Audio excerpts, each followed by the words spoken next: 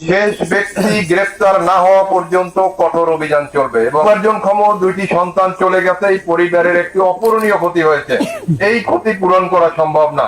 যদি কেউ মূর্তি ভাঙার সাথে জড়িত থাকতো, এটা আইনানুগ ব্যবস্থা নেওয়ার অনেকগুলো সুযোগ থাকতো। আমাদের কাছে অভিযোগ দিত আমরা মূর্তি না, আমরা মন্দির পর্যন্ত তৈরি করে দিতাম, কিন্তু আইন হাতে নিয়ে কাউকে এইভাবে নির্মম ভাবে হত্যা করবে, এইটা কোনোভাবে গ্রহণযোগ্য নয়। এই সাথে যারা জড়িত শেষ ব্যক্তি গ্রেফতার না হওয়া পর্যন্ত কঠোর অভিযান চলবে এবং শেষ ব্যক্তিকে গ্রেফতার করে আইনের কাছে সুপর্দ করে তার শাস্তি নিশ্চিত করে আমরা শান্ত হব।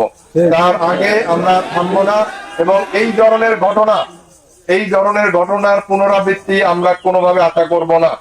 এবং যারা এই ঘটনার সাথে জড়িত, আমরা প্রত্যেককে আধুনিক তথ্য প্রযুক্তির সহযোগিতা নিয়ে ওখানে ওই ঘটনাস্থলে যতজন উপস্থিত ছিল